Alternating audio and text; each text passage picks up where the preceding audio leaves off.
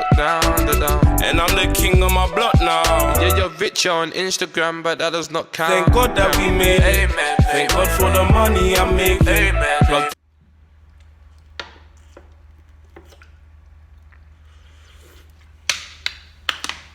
We are back at it again with another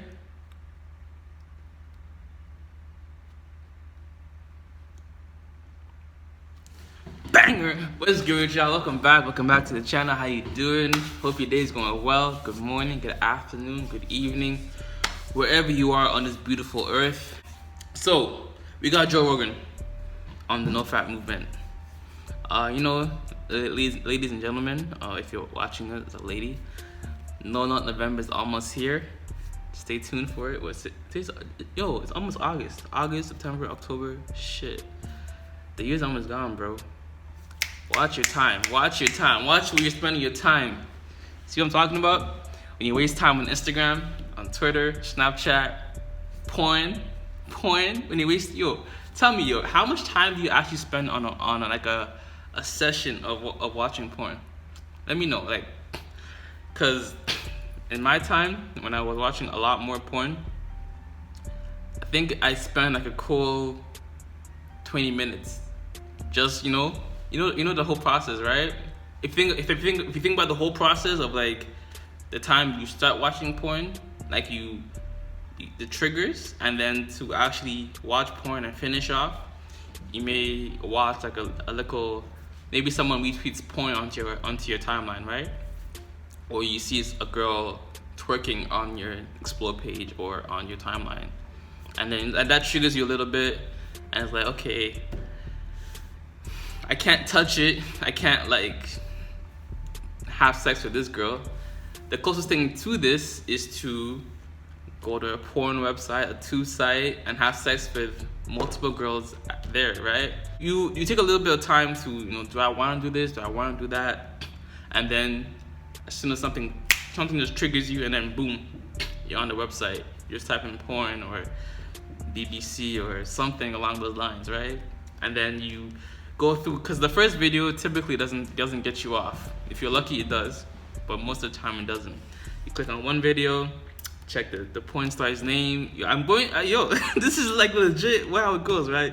Porn star's name or the category of porn, and then you click one tab. By the end of your session, you have at least 5 or 8 tabs open,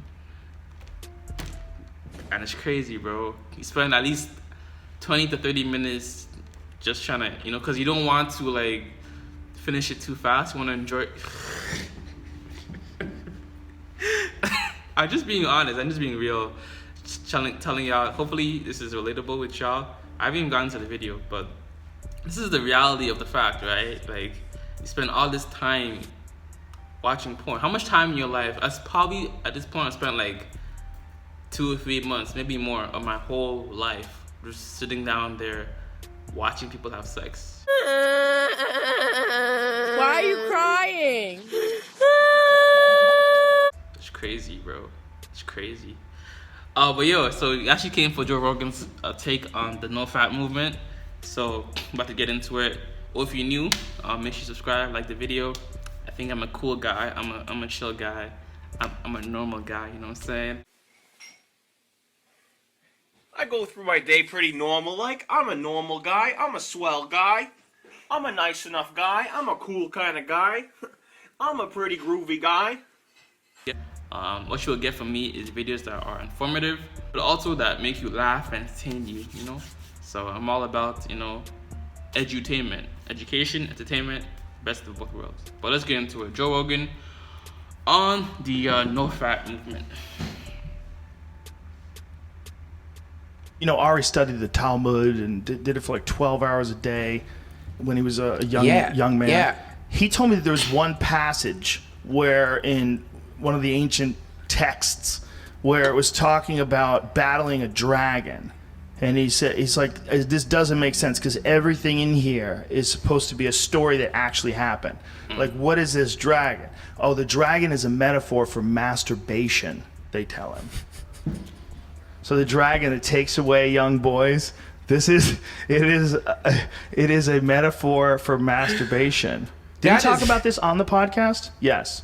Dude, it's Ari knows about as much as anyone you're ever going to meet about Orthodox Jewish traditions and the religion and the text. He really did study that shit every day, 12 hours a day for years. I know, in Israel, right? Yeah. So when he tells you about it, and he got the actual translation of the metaphor from a guy who's a scholar. Yeah, like, dude.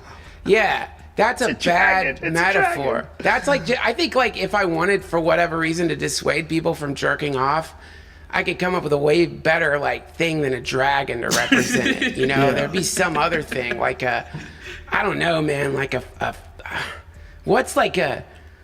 what would be like the creature version of a rolled up ball of dried cum that you've thrown next to your bed, and someone walks into your bedroom and sees the rolled up ball of dried cum Kleenex, and it's just kind of like, that's gross, you didn't clean up your cum Kleenex. It would be like one of them Ghostbuster villains. Right. Like some sort of plasma thing that just jizzes all over you. Yeah. They'd get Ghostbustered. What do you think about the anti-FAP movement? NoFap, Anti-fat movement? FAP, F-A-P. Oh, no jerking off? Yeah. No FAP, not anti-FAP. Yeah. Anti-FAP's No a different movement. Well, there's good and bad. The good thing is sex will be way more pleasurable. The bad is it'll be way more desirable. So, like, to mitigate your sexual urges, so you don't do stupid things and hang out with stupid people and have sex with people you don't really like but you think are hot because you're horny. Yeah. And they're willing, which is a lot of people. They get roped up in these relationships with these guys and gals that they're not really in love with, but they like to fuck. Right.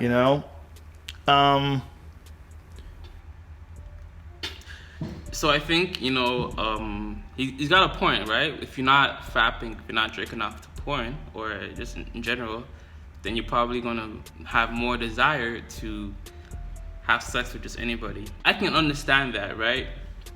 But I do feel like if you struggle with like watching too much porn, then you should, at least for a certain time period, just reset like your whole brain's like neural connections, neural adaptations to pornography, right? And one of the reasons why you couldn't be getting more sex right now or getting more interactions with girls, or if you're watching this with men, is because of the fact that you do fap. So this is like your crutch. So rather than getting rejected by an XYZ girl, they're like, yo, let me just fap off and just do my thing and go about my day. And you know that there's nothing, you don't quite feel the same level of pleasure from watching porn as you do from sex, right? Part of what makes sex so like pleasurable and good is you seeing your penis affect the girl. Right? It's like you hear the sounds, the moaning, and you don't really get that with porn. It's just like, it's very artificial. All the chemicals, everything that gets released is nowhere near the same thing as porn. So I say, if you're currently someone who struggles with porn, at least for a time period, like a month or two, just to reset the way you ride your brain to pornography. And that can like help, especially if you, cause like beyond that, right, is also the idea of like erectile dysfunction that comes with watching porn a lot. Is the idea of not being able to get hard, to stay hard, or to ejaculate, whether that be premature ejaculation or delayed ejaculation. Because I've had instances where I wanted to ejaculate when I was having sex, but I couldn't because I don't know why. I just couldn't. And it wasn't like a one-off instance. It was like multiple times when I wanted to like jack off or like come, I couldn't come. And I think part of it, what I realized is part of it was because I was watching a lot of porn prior to the instances. It was even situations where I knew if I was going to a girl's house, I didn't masturbate because I didn't want to have issues performing in the bedroom. I don't know, there's a lot of like different ways you can take it. But what I will say is it's important to reset your brain's neural connections to porn for at least a month or two, especially if you struggle with pornography addiction. You know, it's like, what do you think about it? Well, like I think that you know what something I always think back on is when you were sponsored by Fleshlight. And this is when we were doing the podcast from your house, and you'd come to do your podcast, and you'd walk away with a fleshlight. So I ended up with like, I don't know, 3 or 4 fleshlights. And like at first I just wanted, like you had different types. And at first I just went for like, oh, the one that looks like a pussy. Right? But then like, you know, it's like, oh, I got that one. But then you had like one that was like, I don't know, man, like some kind of like gargoyle alien thing. It was really not. Or something. It was really fucking weird, man. But anyway, you know, I fucked those things. and when I think back to it, it's like the first time I did it, It was good. it tricked my brain. Yeah. The second time or the third time I did it, it Not the same wasn't effect. getting the same effect. Whereas when I have sex, It's different. It's With different a each human, time. Yeah. it's a completely different, it feels like it's a completely different series of chemicals that must be being released in my mind. Yeah, you're uniting with someone. You're bonding with someone. You certainly get that oxytocin from orgasming together. Yeah. That bonds people. So I've always thought, generally, like if I'm in a period in my life where I'm jerking off a lot, it's like usually like there's something imbalanced in there. Like I don't mean to apply like a sin to it at all. I'm just saying like personally, it feels a little dissipative when you're doing it a lot. It's just, I don't know. No, I completely agree. But that's the balance. But the balance is also like you don't want to just be horny all the time. No. Because when you're horny, you make shitty decisions. So you you'll date someone just for sex. Yeah, well, you need to, like, I mean, I think that there is something to be said for figuring out how to deal with, like, that kind of energy. Like, that's an energetic state. Like, if suddenly you get, being horny is an energetic state. Yeah. It's energy. Like, if you're really... So like, I'm gonna cut the video off here. But essentially, when you do have these urges that come up, right? One of two things can happen, right? You can either meditate with it and really like work on your breathing. Usually when you have an urge, whether that be is it with porn or weed or alcohol, whatever it is, and you want to stop that habit of it, your breathing will start getting very shallow. So what you need to be doing is to control your breath. So just a real quick example is I go into a lot more detail in like my mini course, my mini email series. I'll link that in the description and pin comment of this video. But essentially, you want to like breathe in, breathe out, breathe in, breathe out. Most urges and things of that nature don't last more than 3 or 4 minutes. You can meditate through those urges for those 3 or 4 minutes, or go for a walk, or just take that energy. Don't just sit there with that energy, but like either do a couple push-ups, go for a little walk in your house or outside if need be, if you can, and then come back to where you were originally.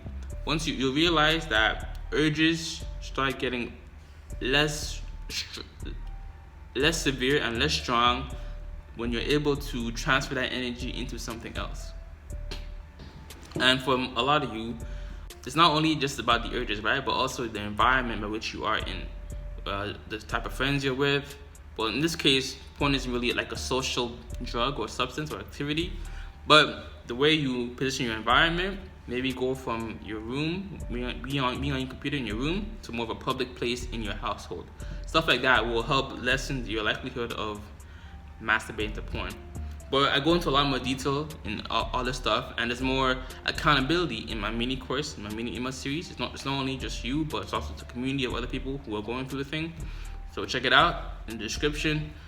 Thanks for sticking. Have you ever had a dream that you had? Thank you for sticking around with me and enjoying some information. I appreciate you. God bless. Much love, peace, and joy. Namaste. And always remember, if it doesn't feed you, don't water it. I'll see y'all in the next video. Deuces.